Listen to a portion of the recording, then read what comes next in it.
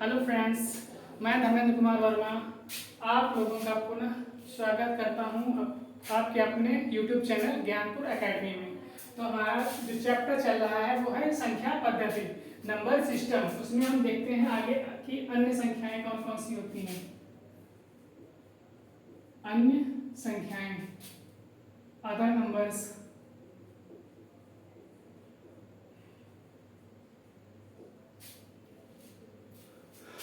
Other numbers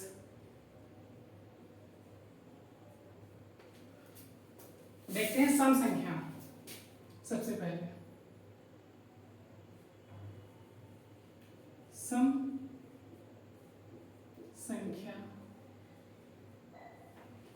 English में बोलते हैं इवन नंबर। इवन नंबर सम संख्याएं वे संख्याएं होती हैं जो 2 से विभाजित हो जाए। ठीक है, देखते हैं वे संख्याएं जो 2 से विभाजित हो जाएं। जैसे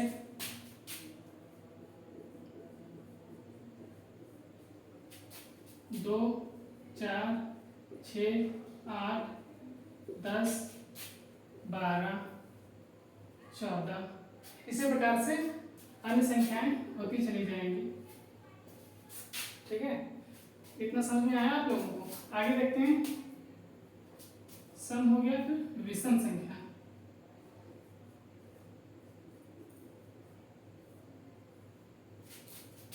विषम संख्या इसको बोलते हैं ऑड नंबर, इंग्लिश में कहते हैं ऑड नंबर।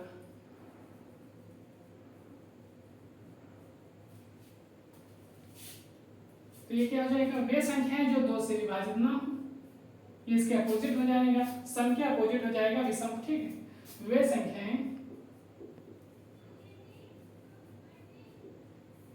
जो 2 से डिवाइड ना हो, 2 से विभाजित ना हो, वो हो जाएंगी विषम संख्याएं, ऑड नंबर। जैसे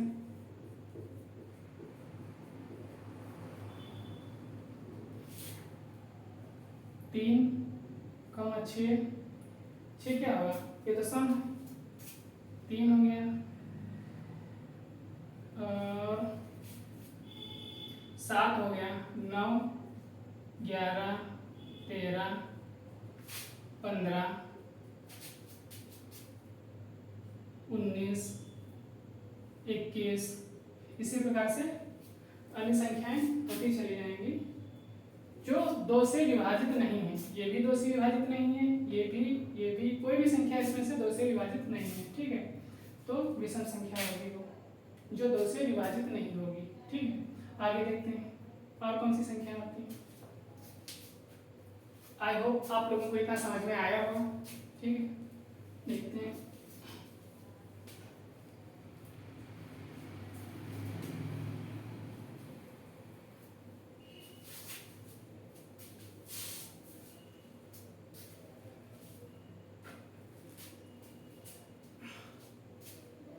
सम्मिश्र संख्या क्या होती है?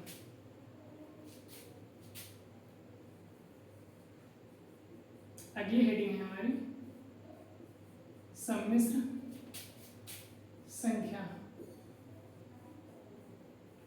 कॉम्प्लेक्स नंबर, इंग्लिश में बोलते हैं इसको कॉम्प्लेक्स नंबर। कॉम्प्लेक्स नंबर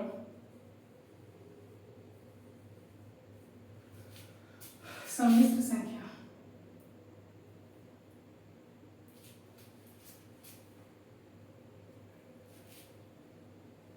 वास्तविक संख्या को काल्पनिक संख्या में जोड़ने पर या घटाने पर जो संख्याएं प्राप्त होती हैं वो सम्मिश्र संख्याएं कहलाती हैं। ठीक है, देखते हैं। वास्तविक संख्या में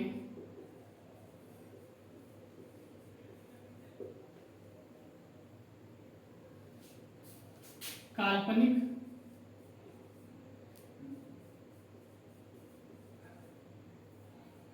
या इसी को बोलते हैं अवास्तविक। कल आप लोगों को पढ़ाया गया था वास्तविक और अवास्तविक। ठीक है, तो वास्तविक संख्या में काल्पनिक या अवास्तविक संख्या को जोड़ने या घटाने पर जो संख्या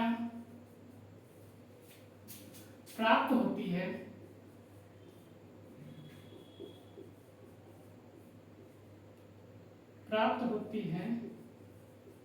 सम्मिश्र संख्या कहलाती है। ठीक है, सम्मिश्र या कॉम्प्लेक्स नंबर कहलाता है, सम्मिश्र संख्या कहलाती है।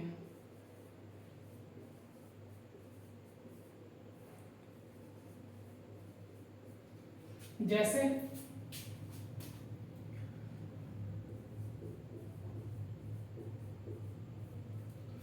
जैसे का एक वास्तविक संख्या लेते हैं। वास्तविक संख्या ले लिया हमने, दो भी एक वास्तविक संख्या है और इसमें हम जोड़ रहे हैं अवास्तविक या काल्पनिक संख्या -2 यह अवास्तविक काल्पनिक संख्या है। इसको वास्तविक संख्या में अवास्तविक संख्या ये हमने जोड़ दी तो ये हमें क्या प्राप्त हुई? सम्मिश्र संख्या। ठीक है, आगे देखते हैं। इसी को अगर हम देखें घटाने पर भी हमें सम्मिश्र संख्या ही प्राप्त होगी, √-2। ये भी क्या है? हमारी सम्मिश्र संख्या है। ठीक है, तो क्वेश्चन पूछ लेते हैं। इसी तरह से बन सकता है कि इनमें से सम्मिश्र संख्याएं कौन है। 4 ऑप्शन दे दिए आपको और एक में कहीं पे इस तरह से लिखा होगा, किसमें प्लस लगा होगा, वास्तविक संख्या और अवास्तविक संख्या को जोड़ा गया होगा, या फिर वास्तविक संख्या अवास्तविक संख्या को घटाया गया होगा, या और अन्य नंबर्स ले लेते हैं कोई भी, जैसे 3 √-3 +1। ये भी क्या है? हमारी सम्मिश्र संख्या ही है। ठीक है, ये भी सम्मिश्र संख्या है। पहले सम्मिश्र संख्या जो है वास्तविक संख्या को पहले लिख लें या बाद में लिखें, उससे कोई फर्क नहीं पड़ता। पहले अवास्तविक लिख लें या पहले वास्तविक लिखें, उससे कोई फर्क नहीं पड़ता। पहले अवास्तविक लिख ली, बाद में वास्तविक को जोड़ दी, तो ये भी सम्मिश्र संख्या ही कहलाती है। ठीक है, और इसी प्रकार से अन्य संख्याएं होती हैं, बना सकते हैं हम लोग सम्मिश्र संख्याएं। आई होप इतना आप लोगों को समझ में आया होगा। आगे देखते हैं।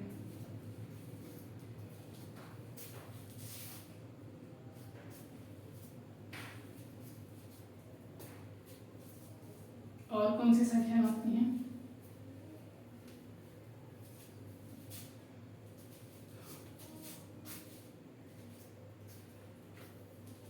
अभाज्य संख्याएं।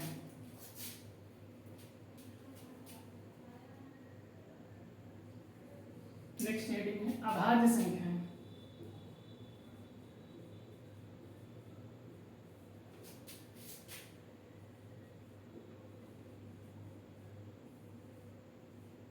अभाज्य संख्या या अभाज्य संख्याएं। प्राइम नंबर,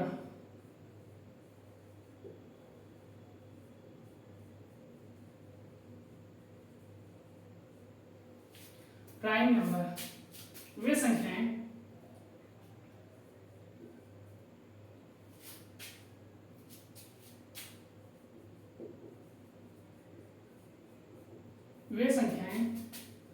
जो 1 से या स्वयं से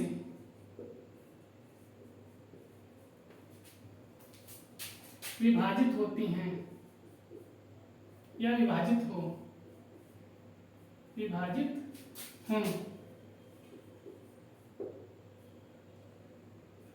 वे संख्याएं जो एक से या स्वयं से विभाजित हों अभाज्य संख्याएं कहलाती हैं। इसी का दूसरा नाम है रूढ़ संख्या। ऑब्लिक में लिख देते हैं हम लोग रूढ़ संख्या, ठीक है, रूढ़ संख्या। रूढ़ संख्या जैसे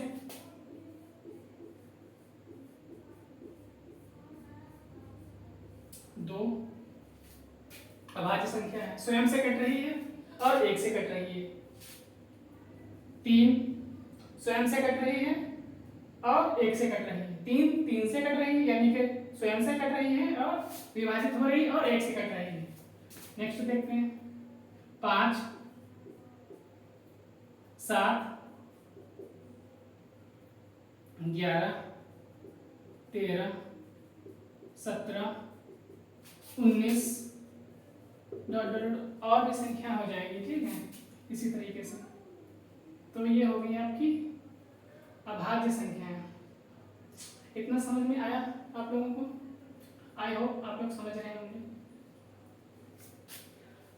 ठीक है, आगे देखते हैं।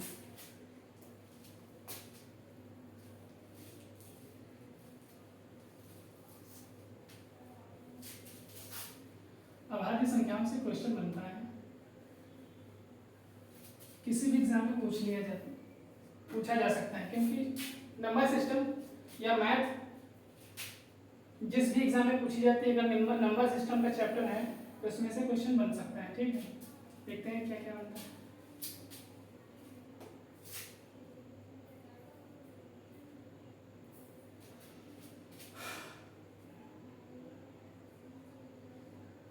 एक से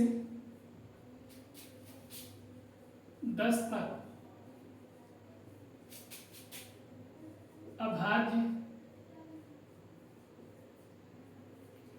संख्याएं कितनी होती हैं या अभाज्य संख्याएं होती हैं, ठीक है।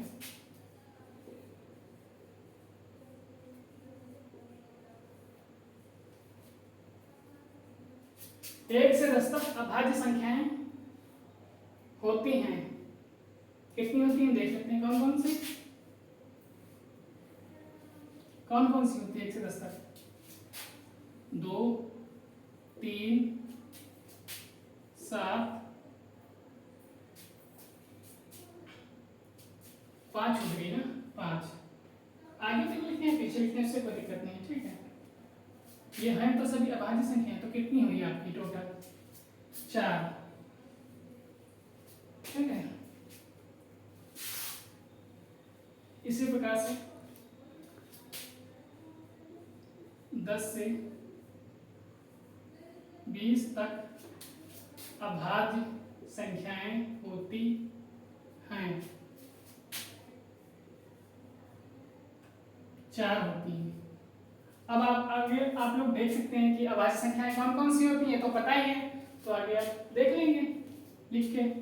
1 से 20 तक अभाज्य संख्याएं 4 होती हैं। 20 से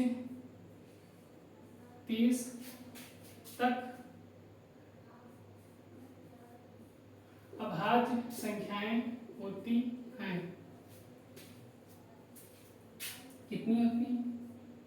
2।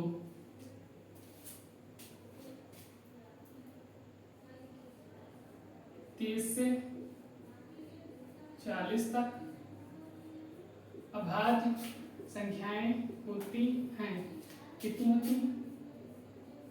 2।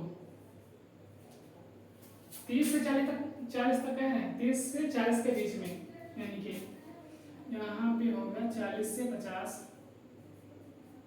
40 से 50 तक अभाज्य संख्याएं होती हैं, 2। आगे देखते हैं। 40 तक हो गया।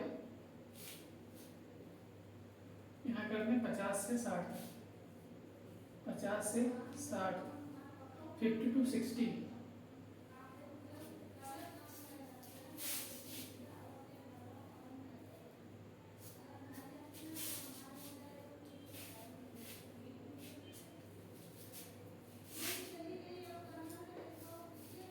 पचास से 60 तक अभाज्य संख्याएं होती हैं 3। 60 से 70 तक प्राइम नंबर्स होते हैं 2। 70 से 80 तक प्राइम नंबर्स होते हैं 2। 80 से 90 तक प्राइम नंबर्स होते हैं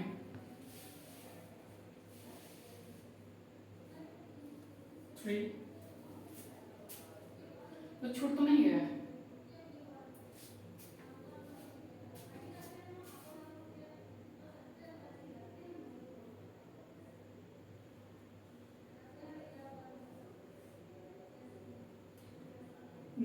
उनतीस से 100 तक अभाज्य संख्याएं होती हैं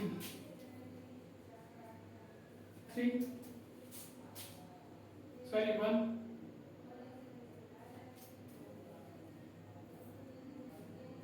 ठीक है, कितना हो गया?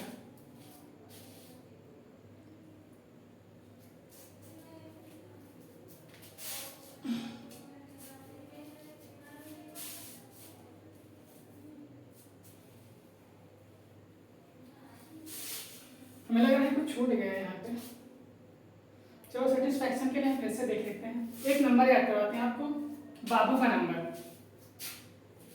याद हो जाता है ना आप लोगों को। यहाँ पे याद करवा देंगे बाबू का नंबर। मेरे बाबू का नंबर, ठीक है। मेरे बाबू का नंबर क्या है? 44 22 3 2 2 3 2 1। 44 22 322 321। इतना क्लियर हुआ? 44 22 322 321। 10 से 20 तक 4, 20 से 30 तक 4। पूछ ले 10 से 20 तक, सॉरी 1 से 10 तक। गर्मी बहुत है यार, दिमाग ब्लॉक हो जाता है यहाँ पे। 1 से 10 तक पूछा जाए, 1 से 10 तक अभी देख लेंगे यहाँ पे। 1 से 10 तक तो कितनी आती हैं आपकी प्राइम नंबर्स? कितने आते हैं? 4। फिर 10 से 20 तक 4, 20 से 30 तक 2, 30 से 40 तक 2, 40 से 50 तक 3, 50 से 60 तक 2, 60 से 70 तक 2, 70 से 80 तक 3, 80 से 90 तक 2, 90 से 100 तक 1। ठीक है, आगे देखते हैं। ये क्या है? 1 से 10, 10 से 20, 20 से 30, 30 से 40, 40 से 50, 50 से 60, 60 से 70, 70 से 80, 80 से 90, 90 से 100।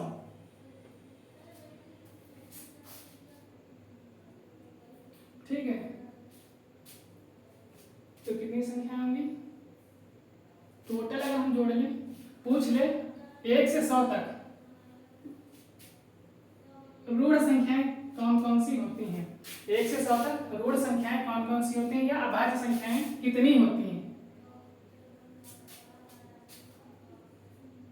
1 से 100 तक अभाज्य संख्याएं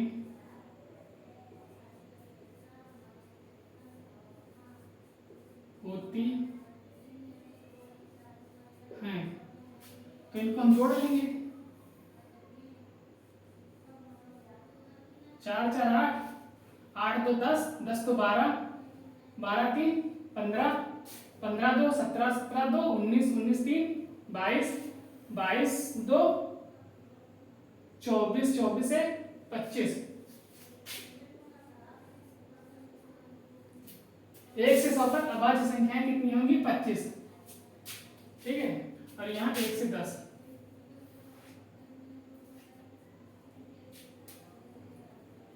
1 से 10 तक अभाज्य संख्याएं कितनी होंगी? तो 4। 10 से 20 तक अभाज्य संख्याएं कितनी होंगी? तो 4। 20 से 30 तक अभाज्य संख्याएं कितनी होंगी? तो 2। 30 से 40 तक अभाज्य संख्याएं कितनी होंगी? तो 2। 40 से 50 तक अभाज्य संख्याएं कितनी होंगी? 3। 50 से 60 तक अभाज्य संख्याएं कितनी होंगी? 2। 60 से 70 तक अभाज्य संख्याएं कितनी होंगी? 2। 70 से 80 तक अभाज्य संख्याएं कितनी होंगी? 3। 80 से 90 तक अभाज्य संख्याएं कितनी होंगी? 2। और 90 से 100 तक अभाज्य संख्या कितनी होगी? 1। कौन सी होती है 90 से 100 के बीच में? 97। यही एक अभाज्य संख्या होती है, बस इसके अलावा कोई अभाज्य संख्या होती नहीं। ठीक है, और 1 से 100 तक पूछ रहे तो अभाज्य संख्या कितनी है? टोटल जोड़ के देख लो, 25 आ रहा होगा। ये हो गई अभाज्य संख्या।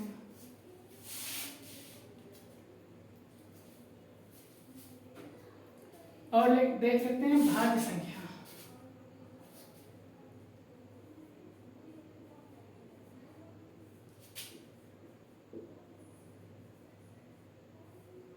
भाज्य संख्या कंपोजिट नंबर, इंग्लिश में बोलते हैं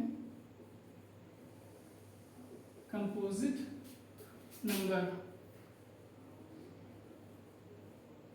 इसी को कहते हैं संयुक्त संख्या या यौगिक संख्या। इसी का नाम है भाज्य संख्या, को ही कहते हैं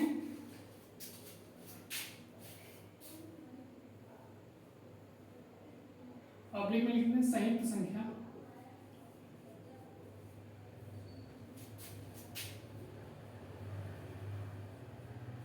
या भाज्य संख्या को संयुक्त संख्या के नाम से भी जाना जाता है और भाज्य संख्या को यौगिक संख्या के नाम से भी जाना जाता है। ठीक है,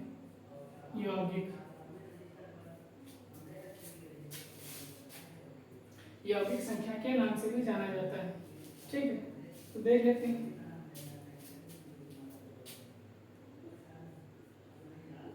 वे संख्याएं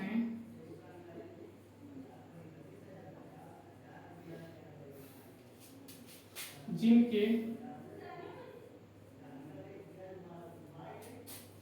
गुणनखंड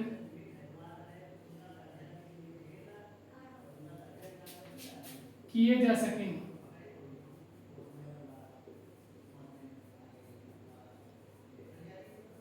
वे संख्याएं जिनके गुणनखंड किए जा सकें भाज्य संख्याएं कहलाती हैं।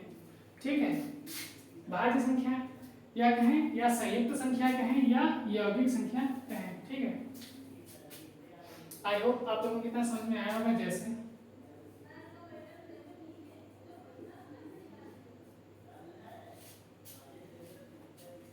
एक कोई भी संख्या ले लें, इनके गुणनखंड संभव 9, 12, 14, 100, 150।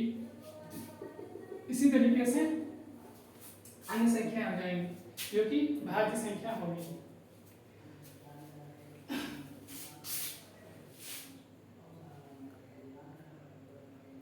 एक और चीज देख लेते हैं संख्याओं के बारे में।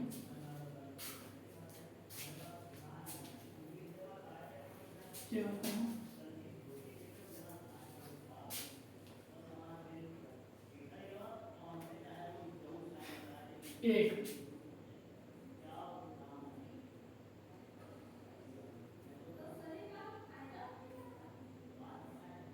एक क्या है, ठीक है। तो एक ना तो भाज्य है ना तो भाज्य संख्या है। एक ना तो भाज्य संख्या है, एक ना तो भाज्य संख्या है, ना ही अभाज्य संख्या है।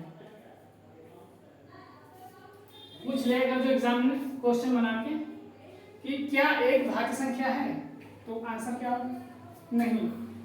क्या एक अभाज्य संख्या है, तो आंसर क्या होगा? नहीं।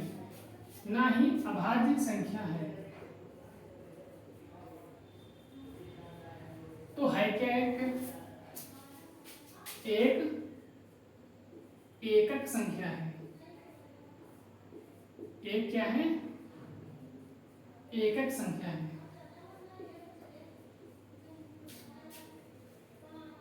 इस तरह से क्वेश्चन बनता है एक के विषय में, ठीक है। इसी प्रकार देख लेते हैं जीरो। जीरो क्या है? शून्य, जिसकी खोज भारत में हुई थी, आर्यभट्ट ने की थी। भारत का पहला उपग्रह भी था आर्यभट्ट, ठीक है। जीरो, शून्य।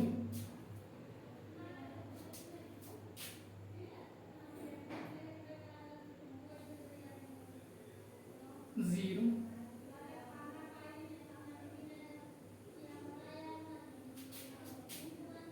ना तो धनात्मक संख्या है।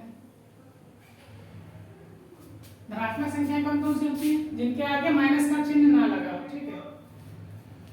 और प्लस का चिन्ह लगाने की जरूरत नहीं है। इससे दो लिखा तो इसके सामने प्लस लगाने की क्या जरूरत है? तो धनात्मक है ही, अब लगा दिए तब भी कोई फर्क नहीं पड़ा। और ये ऋणात्मक संख्या है, एक लिखा है माइनस एक, ये ऋणात्मक संख्या है। तो शून्य ना तो धनात्मक संख्या है,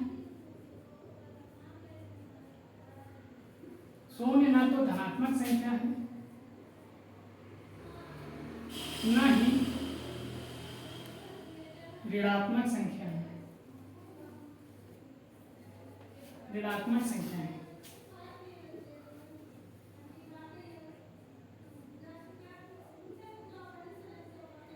तो एक है क्या? सॉरी, शून्य है क्या? शून्य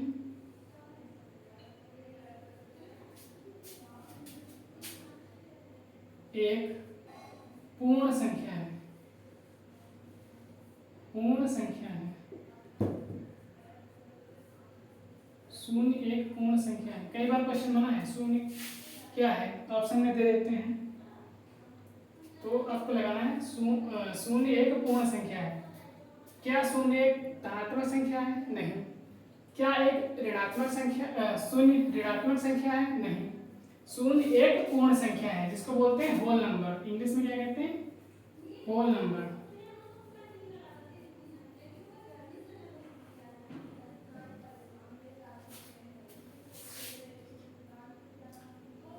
चलिए फ्रेंड्स, आज के लिए इतना ही रखते हैं। और आई होप आप लोगों को ये क्लास पसंद आई होगी। अगर पसंद आई हो तो लाइक और शेयर कीजिए, चैनल को सब्सक्राइब कीजिए, कमेंट कीजिए।